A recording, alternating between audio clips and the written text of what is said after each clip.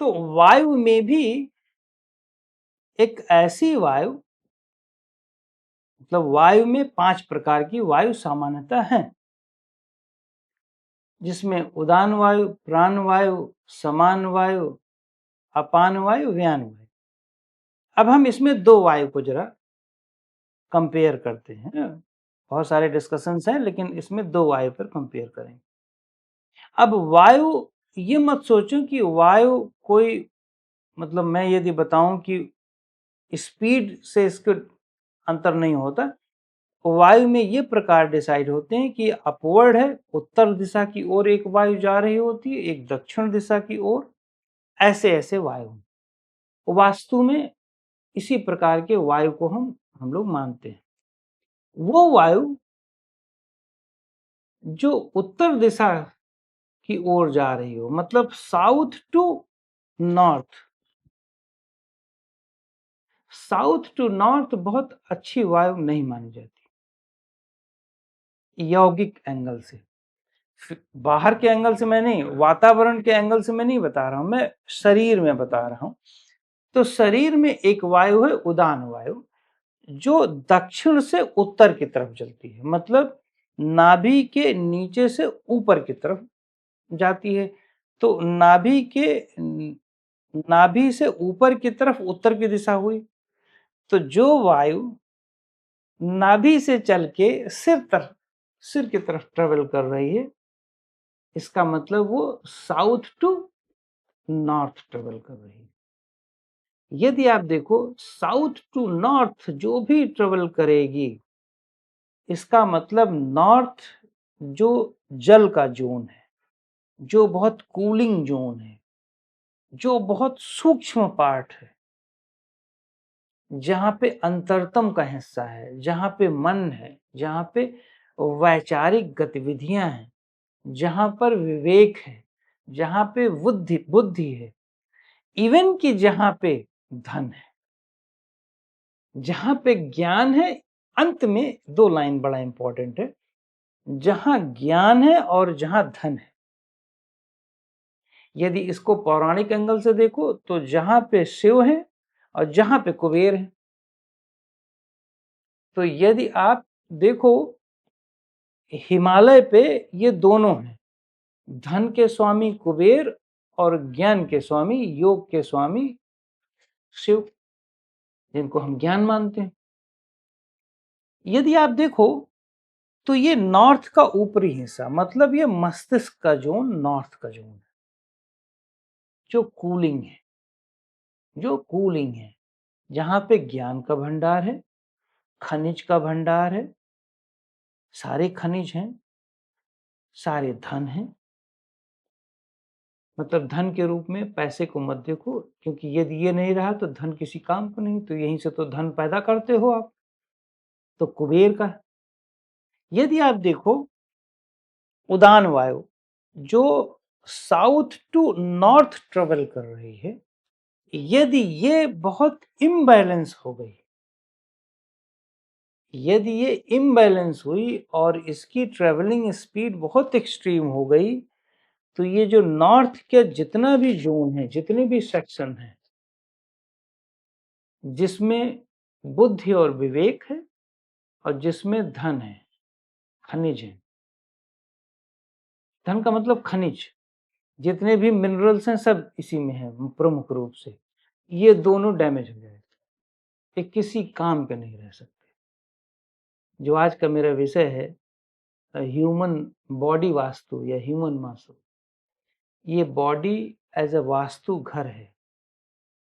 इस घर में यदि इस तरह की वायु का प्रवेश करा दिया गया अननेसेसरी, तो ये उत्तर की दिशा दूषित हो जाती है। और उत्तर की दिशा को दूषित करना वास्तव में उत्तर और पूरब की दिशा, या उत्तर की दिशा, या उत्तर और पूरब की दिशा, जिसे ईशान कोण कहते हैं, इसको दूषित करने का मतलब महारोग, मृत्यु, अज्ञान सब कुछ है।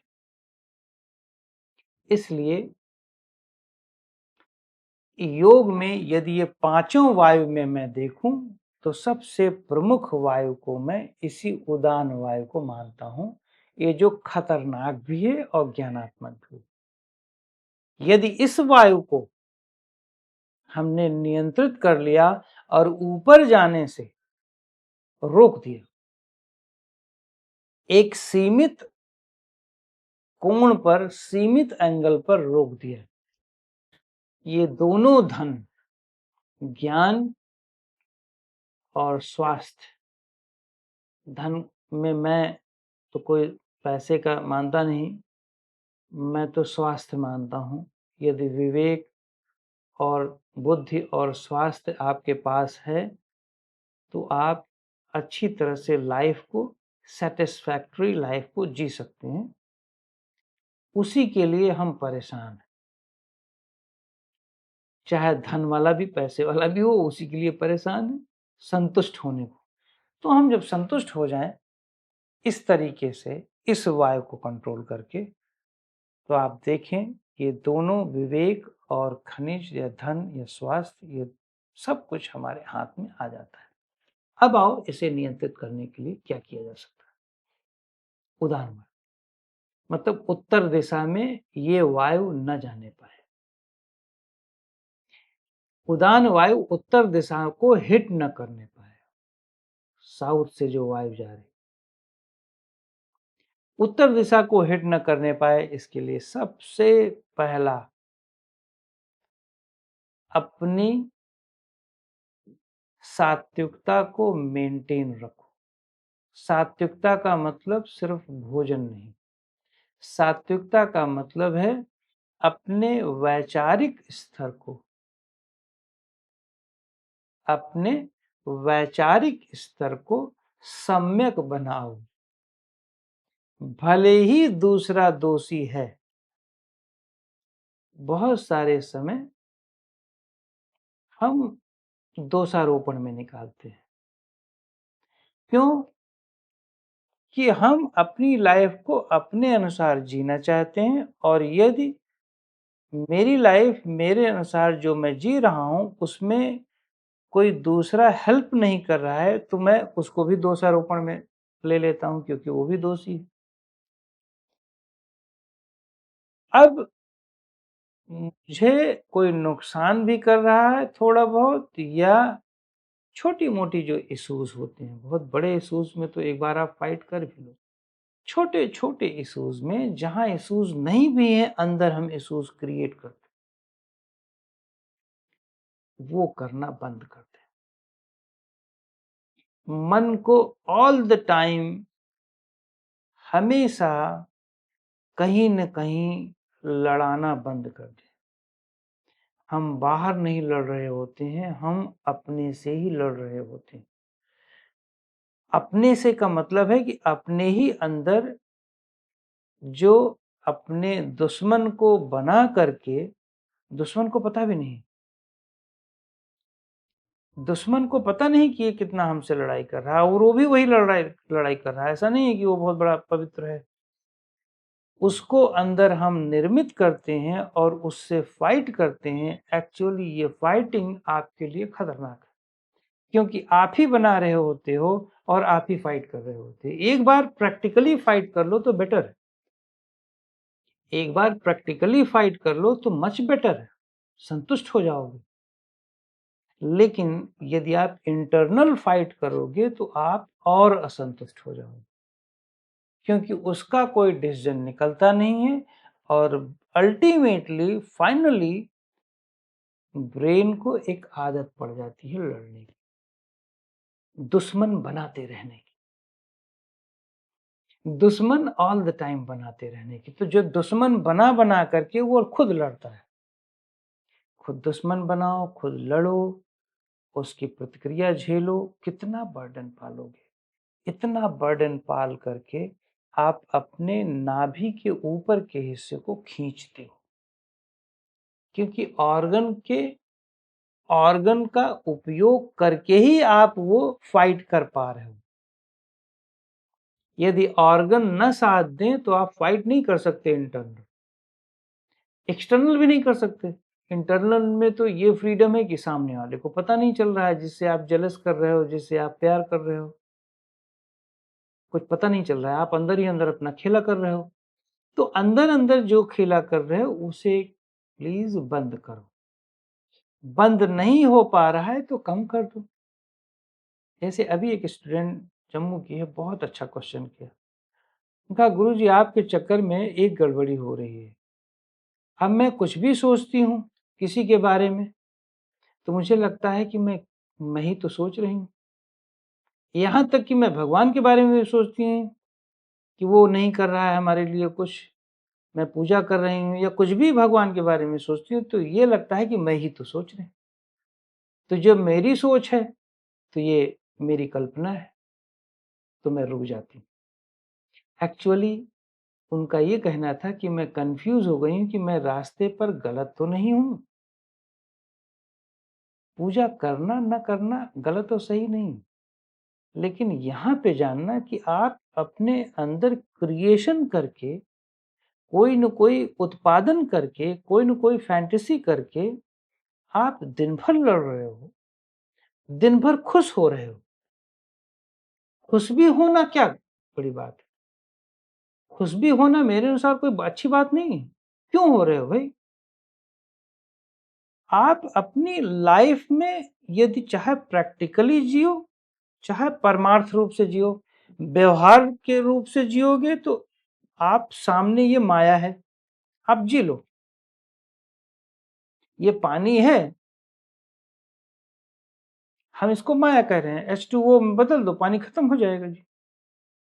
पर ये अभी व्यवहार है ये। पारमार्थिक दृष्टि से माया है, पर व्यवहारिक दृष्टि से पानी है, ये मेरे लिए उपयुक्त है। ये शरीर को जिंदा रखेगा, पियो इसको स्वाद लेकर के। और परमार्थिक दृष्टि से जब ये आवश्यकता खत्म हो जाए तो हटा दो।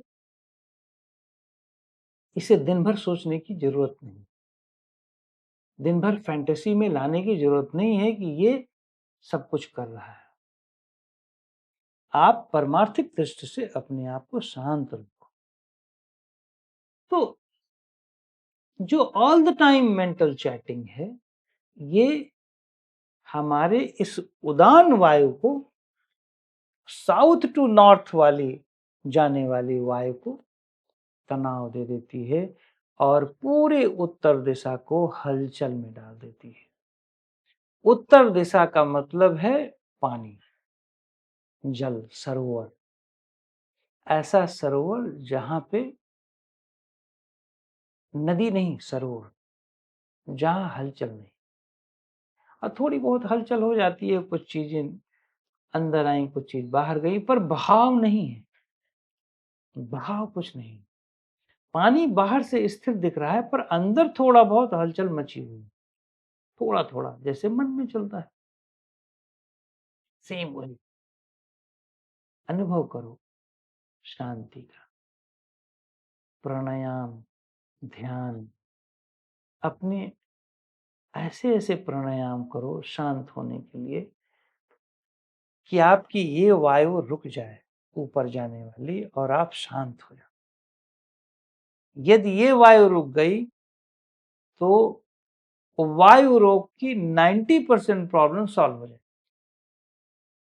90% समस्या, मतलब अब 90% कहना अच्छा है, 91% या 92%, मैं ये नहीं कह रहा हूं, लेकिन 90% से ज्यादा समस्या सॉल्व हो जाएगी, क्योंकि ये वायु ब्रेन को बर्बाद कर देती है, भ्रम पैदा कर देती है आपके। जो, यदि आप मुझसे ये माने कि आपके ब्लड प्रेशर को बढ़ा देती है, एल्जाइमर, पार्किंसन, मैं इसी वायु को दोषी मानता हूं। साउथ टू नॉर्थ, मैं इसी वायु को सबसे ज्यादा दोषी मानता हूं, क्योंकि ये आपके पूरे नॉर्थ एरिया को हलचल में डालती। और यदि किसी भी सरोवर में इतना हलचल, जल में हलचल मचेगी, क्या होगा? उबाल आ जाएगा, गर्मी पैदा हो जाएगी, पानी, पता चला पानी में आग हो जाएगा, पानी ठंडा थोड़ी ना रह पाएगा, शांत थोड़ी ना रह पाएगा। तो मन को अशांत मत, इस जल में मन को ऐसे शांत रखो, ऐसे शांत रखो कि इसको निकलने में भी जब ऊपर आए तो फिर ज़्यादा देर तक ऊपर न रहे, फिर अंदर गहराई ले ले। आपके शरीर को इतना शांत करेगा, इतना शांत करेगा कि आप विश्वास मानो ज़्यादा भोजन की ज़रूरत नहीं पड़ेगी। अपान वायु, समान वायु, ये तो मेरे प्रयोग है। अपान वायु, समान वायु, व्यान वायु और कौन से, प्राण वायु।